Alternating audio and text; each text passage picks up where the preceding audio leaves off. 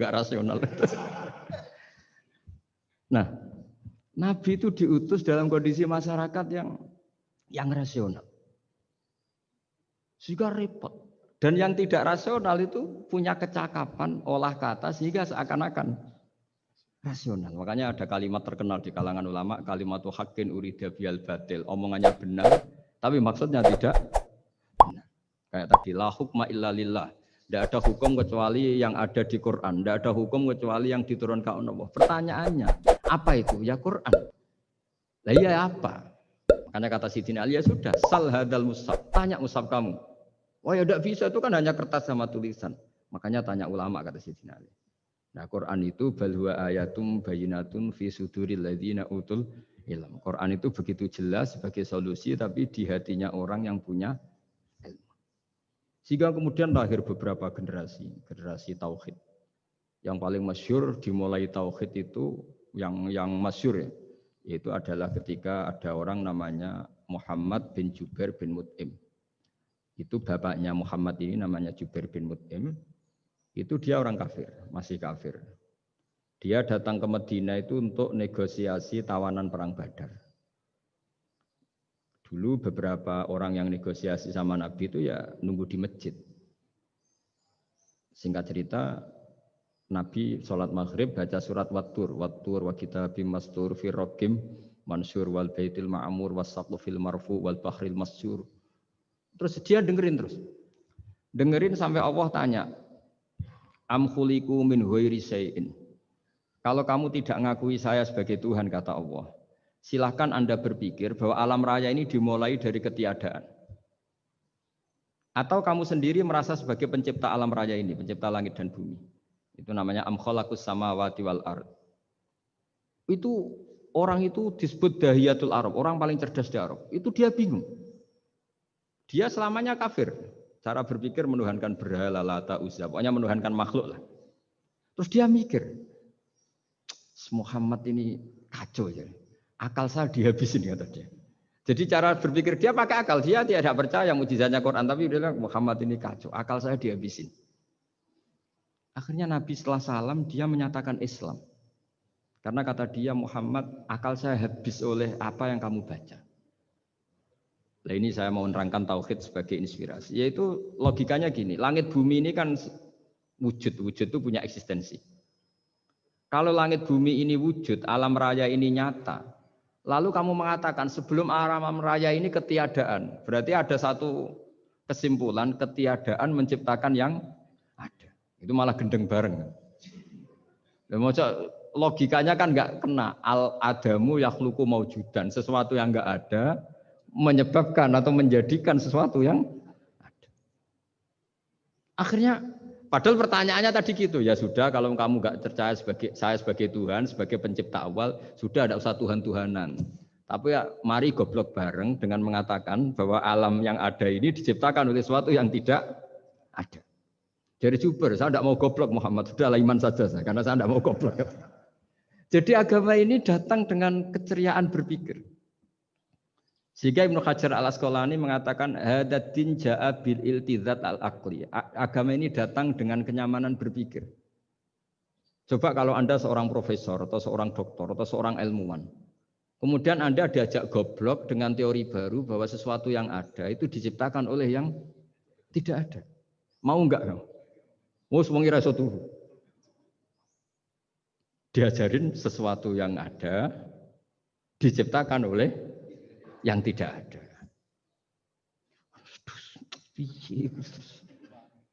Gak keren lagi. Gak boleh saya sudah.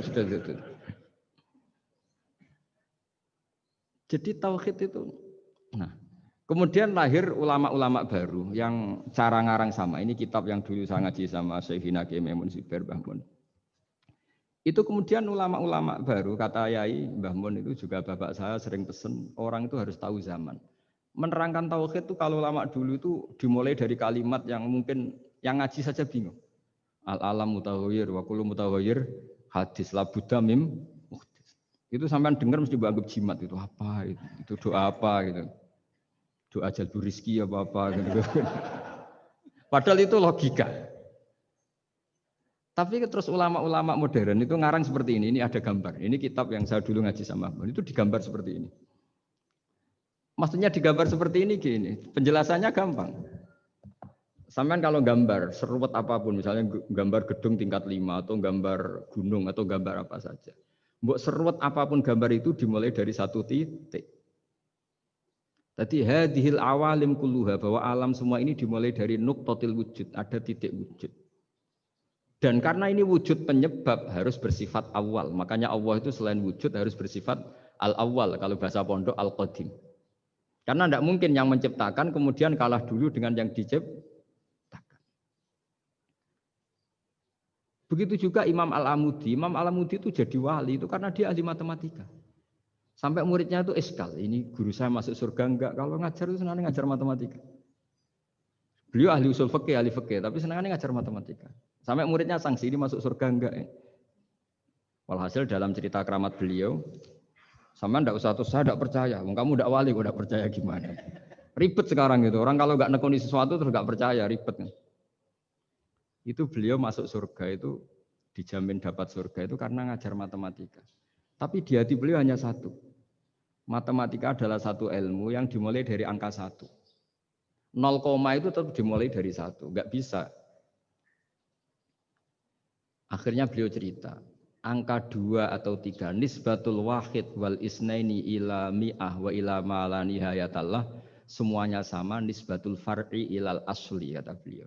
Mbok angka 2, 3, 1000 sampai 1 miliar, itu perbandingannya dengan angka 1 apa hubungannya?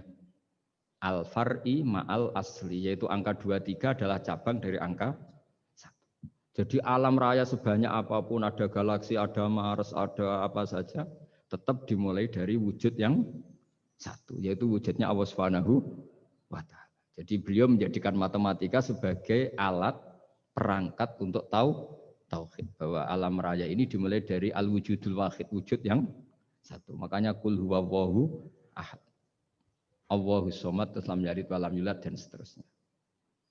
Nah, makanya ketika orang menyoal hukum adat yang menipu kita, adat itu sunnatullah yang kita lihat. Itu Quran mesti mengembalikan wahwaladzi yabda'ul khalqa tsumma yu'idu wa huwa ahwanu alaih. Sebagian di surat Yasin diterangkan ansha'aha awwala marrah. Ketika kita lama sekali, namanya manusia itu lahir dari seorang bapak dan ibu, ini lama sekali. Yang namanya telur itu lama sekali lahir dari ayam, keluar dari ayam. Yang namanya pohon besar itu mesti dari biji yang kecil. Karena lama itu terjadi, seakan-akan kita ngomong, kita berkeyakinan, tahu-tahu ada pohon besar itu muhal. Tahu-tahu ada manusia ini muhal. Makanya ketika ada figur yang bernama Isa bin Maryam, itu orang kafir Yahudi itu menolak. Bagaimana mungkin ada manusia tanpa bapak? Oke, itu menyalahi prosedur lazim, protap lazim. Tapi kata Allah gimana? Inna masalah Isa indawahi kamasali Adam. Kalau Isa mohal karena tanpa bapak, harusnya Adam lebih mohal karena tanpa bapak, tanpa ibu. Jadi artinya apa? Allah tetap mengingatkan bahwa kudroh saya yang pertama itu menjadikan semuanya mungkin tanpa perangkat adat. Maka kitab ini yang saya baca ini, milik Sayyid Husain Afandi ini, itu menjelaskan bahwa hukum adat itu menipu. Saya ulang lagi, hukum adat itu menipu. Ketika ayam mengeluarkan telur, telur kemudian menjadi ayam lagi. Terus kita berdebat, telur sama ayam dulu mana? Menurut Anda milih mana? Milih apa? Telur. Kalau ini, yang kubu sebelah ini. Ayam apa telur? Telur. Ayam. Ayam lahir dari. Nah, pertanyaannya begini kalau menurut tauhid. Ketika lazim kalau telur itu nanti suatu saat jadi ayam, terus ayam kemudian lazim mengeluarkan telur. Ketika Anda mengatakan mungkin kontribusi Anda terhadap kemungkinan itu apa? Kan sama, Anda tidak ikut menciptakan. Wong tidak ikut menciptakan kok menvonis mungkin dan tidak mungkin. Kamu itu hanya saksi. Makanya pertanyaannya Allah, loh ketika itu kamu anggap mungkin, kontribusi Anda itu apa? Kan hanya melihat. Kamu sendiri tetap tidak mampu bikin telur, Anda juga tidak mampu bikin ayam. Artinya meskipun telur jadi ayam, ayam jadi telur sampai kiamat, tetap ada kontribusi kudrohnya Allah Subhanahu wa Ta'ala. Bukan berarti berdiri sendiri. Wong kamu yang bilang mungkin ya nyatanya enggak berkontribusi. Sehingga kalau suatu saat Allah bikin telur dari batu, atau ayam keluar dari batu, bagi Allah itu enggak masalah. Tapi bagi kamu masalah. Bagaimana mungkin hewan keluar dari batu? Ini logikanya gimana? Loh memangnya ketika telur dari ayam itu logika kamu gimana coba? Kamu ikut bikin enggak? Nah ini di sini pentingnya mukjizat. Akhirnya Allah bikin mukjizat, ada satu onta besar keluar dari batu, yaitu mukjizat Nabi Kamu memasalahkan, ini gimana onta kok keluar dari batu? Lalu kalau Allah tanya kamu, gimana telur keluar dari ayam? Loh ini biasa Gusti mungkin, memangnya kamu bisa. Berarti bagi orang yang tauhid, yang wali, keluarnya ayam dari telur sama onta dari batu itu nisbatnya sama. Sama-sama semuanya di luar kontribusi kita. Kenapa yang satu kamu katakan mungkin, yang satu kamu katakan tidak mungkin? Toh kamu sama-sama tidak terlibat. Itu cara berpikir tauhid. Artinya apa? Orang-orang wali atau orang-orang alim meskipun melihat telur keluar dari ayam tiap hari tetap subhanallah, subhanallah, Allahu akbar. Karena ini keajaiban. Tapi kamu kan enggak taunya ajaib itu yang aneh-aneh itu. Makanya banyak cari kiai aneh yang gondrong yang enggak pernah mandi gara-gara kamu itu suka aneh itu gara-gara. Dong ini ya. Dong itu tahu ya. Jadi buat sesering apapun alam raya ini ada siklusnya. Biji jadi pohon, pohon kemudian keluarkan buah, buah ada biji. Semuanya yang berkontribusi hanya kudrohnya Allah Ta'ala. Tidak mengikat Allah. Allah bisa bikin tanpa itu semua. Makanya Allah selalu memperbarui mukjizatnya. Termasuk ada onta besar keluar dari batu. Yaitu mukjizatnya Nabi SAW.